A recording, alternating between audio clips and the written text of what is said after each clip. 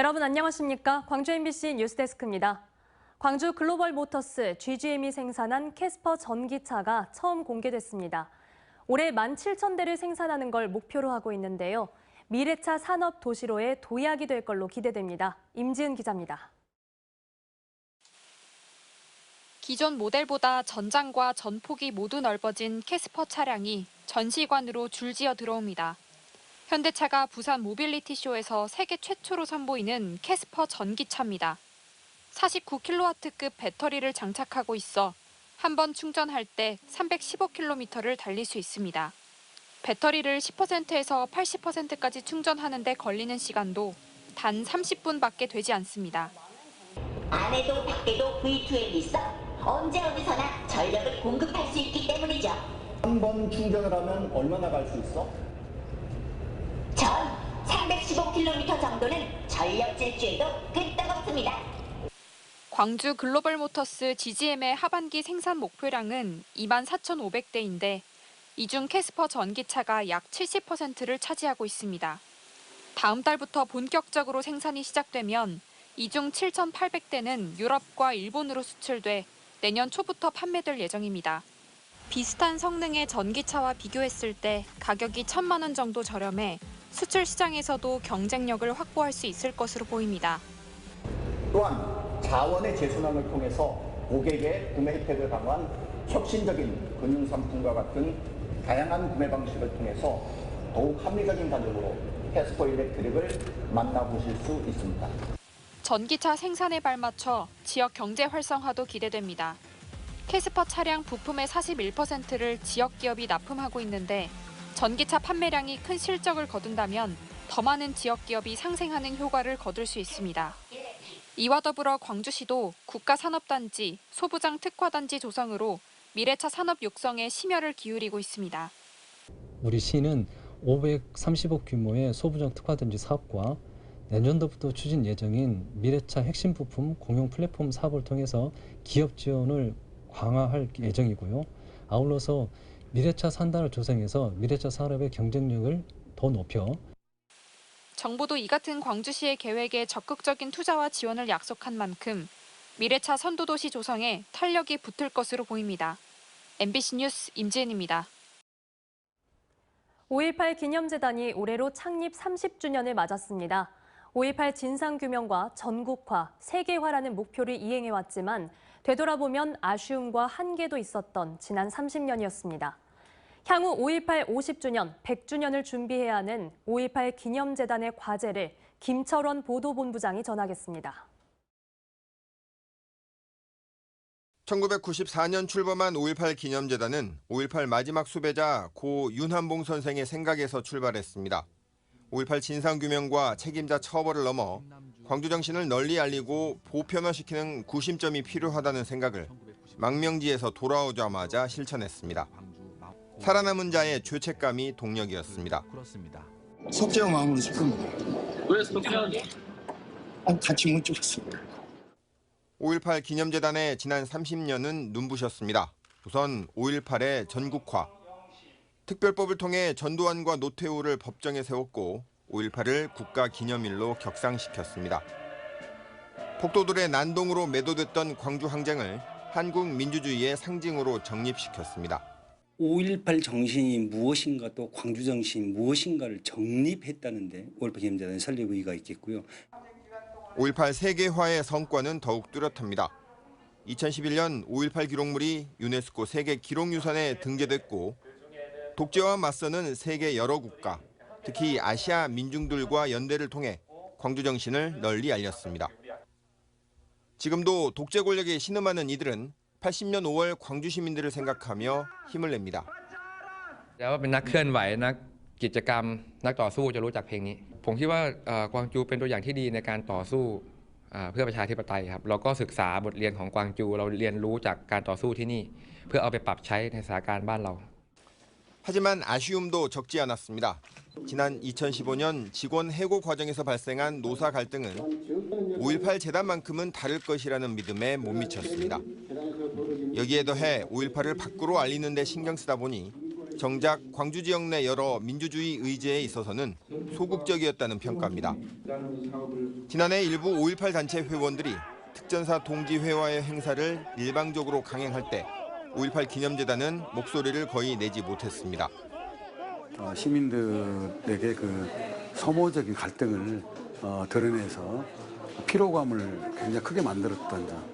그런데 시민들 모두가 5.18은 자긍심을 갖는 상징적인 역사적 사건인데 그것에 부응할 정도로의 상징 가치를 만들어내는 데는 여러 가지 좀 아쉬움이 있었던. 전태일 문학상을 수상한 시인들이 시담회를 갖고 있습니다. 5.18 재단 창립 30년을 맞아 전국의 독립서점에서 진행되는 5월 시민야학 행사입니다. 5.18 때 구심점이었던 들불야학과 녹두서점이 모티브입니다. 그분들이 만약에 지금 살아있다면 뭐 민주주의나 인권, 환경, 생태 문제에 외면하지 않았을 것 같다는 생각이 들어서 아쉬운 부분도 있지만 재단의 창립 정신은 여전히 살아있고 지역민들은 지지를 보내고 있습니다. 어떻게 지킬 수 있을지, 내 주변을 어떻게 돌아볼 수 있을지 이런 거에 대해서 좀 생각해 볼 수 있는 시간이었습니다. 5.18 44주년인 올해 재단을 설립한 고 윤한봉 선생 추모사업회는 해산을 결정했습니다. 사업회를 이끌어 나가기 어려운 현실적 문제도 있었지만 스스로를 드러내지 않으려 했던 고인의 뜻을 존중하는 의미도 스며 있습니다. 마무리는 이제 공식적인 거고 이제 사단법인이 이제 해산되는 거지. 뭐 합숙 윤한봉 선생님을 그리는 마음이 어디 가겠어요? 이처럼 5.18의 당사자들이 하나둘씩 세상을 떠나고 각종 5월 관련 단체들도 그 존재가 희미해질 날이 멀지 않았습니다. 하지만 5.18 기념재단은 앞으로도 계속 살아남아 광주 정신을 알리고 이어나가야 하는 책임을 다해야 할 것입니다. 그때는 5.18의 전국화와 세계화를 넘어 민주화 이후의 민주주의의 구심점으로서의 역할을 감당해야 할 것입니다. MBC 뉴스 김철원입니다. 오늘은 장마가 주춤했지만 주말 사이에 광주 전남에는 최대 100mm의 비가 내릴 걸로 예상됩니다. 특히나 상습 침수 구역에 거주하는 주민들은 장마 소식에 불안하기만 한데요. 침수 예방을 위해 물막이판을 설치하는 등 만전을 기하고 있습니다. 보도에 김영찬 기자입니다. 지난 2022년 8월 기록적인 폭우로 서울 신림동의 반지하 주택이 침수돼 일가족 3명이 목숨을 잃었습니다. 이를 계기로 침수 방지 시설의 필요성이 제기됐고 정부는 지자체와 함께 반지하 주택을 전수조사해 1차적으로 침수 피해를 막을 수 있는 물막이판을 설치하고 있습니다. 상습 침수 구역에 속하는 광주의 한 주택가입니다. 주말 비 소식에 관할구청 공무원이 물막이판이 작동되고 있는지 점검에 들어갔습니다. 장마철만 되면 주민들은 침수 걱정에 밤잠을 설쳤는데 이제는 한시름 놓게 됐습니다. 계속 찼어. 여기까지 찼어요. 길이가 여기 배꼽까지 찼는데 물이 갑자기 쏟아지면 주면 오늘 저런 가서 막아보면 확 안 들어오잖아요. 그러니까 안심은 되죠. 광주시는 지난해부터 올해까지 실제 사람이 거주하는 반지하 주택 13곳을 중점으로 물막이판을 설치하고 있습니다. 대부분 거동이 불편한 고령의 어르신들이 거주하고 있어 장마철 위험에 노출됐기 때문입니다. 또한 침수 위험 구역으로 분류된 지역 내 아파트 지하 주차장 40여 곳에도 물막이판을 설치했습니다. 물막이판의 설치 현황하고 반지하 주택에 위험 요소가 있는지 여부를 지속적으로 저희가 점검을 하고 있습니다. 이번 주말 동안 광주와 전남 지역은 30에서 80mm, 많은 곳은 100mm가 넘는 폭우가 예상됩니다. 주말 고비를 넘기더라도 정체 전선의 영향으로 비는 다음 주까지 이어지겠습니다. 정체 전선이 중부와 남부를 오르내리면서 강약을 반복하고 내렸다 그쳤다를 반복하는 양상을 보이겠습니다. 전문가들은 30에서 80mm의 비가 내리면 저지대 지역은 침수 가능성이 매우 높다며 지자체가 상습 침수 구역을 중점으로 철저히 대비해 줄 것을 당부했습니다. MBC 뉴스 김영창입니다. 폐업을 앞두고 사전 통보 없이 환자를 강제 이송시킨 서광주 청년요양병원장에 대해 관할구청이 경찰에 고발했습니다. 광주 서구청은 환자 보호자들이 국민신문고에 접수한 민원 내용을 토대로 의료기관 환자 권익보호 조치 미이행 혐의로 경찰에 고발했다고 밝혔습니다.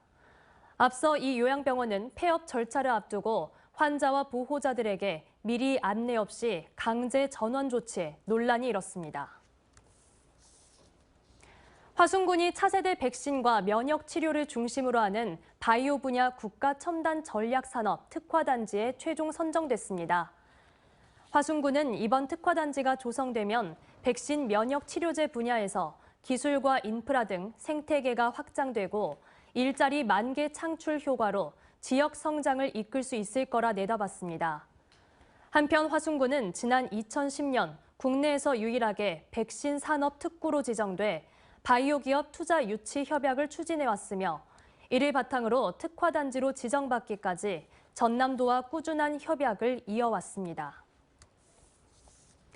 음식점을 운영하던 부부가 극단적인 선택을 시도해 남편이 숨졌습니다.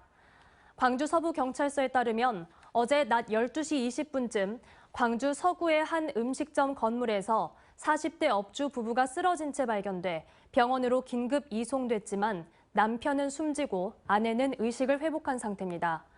경찰은 발견된 유서를 토대로 음식점을 운영해온 부부가 경영난에 시달리다 극단적인 선택을 한 걸로 보고 있습니다. 네, 저는 오늘을 끝으로 광주 MBC 뉴스데스크를 떠납니다. 이 자리에 앉던 첫날 정확한 뉴스, 섬세한 전달에 힘쓰겠다고 약속드렸는데요. 여러분께 그 마음이 전해졌을지 돌아보게 됩니다. 여러분께 다가간 평일 저녁 이 시간이 제겐 큰 영광이자 행복이었습니다. 그동안 함께해 주신 여러분 고맙습니다.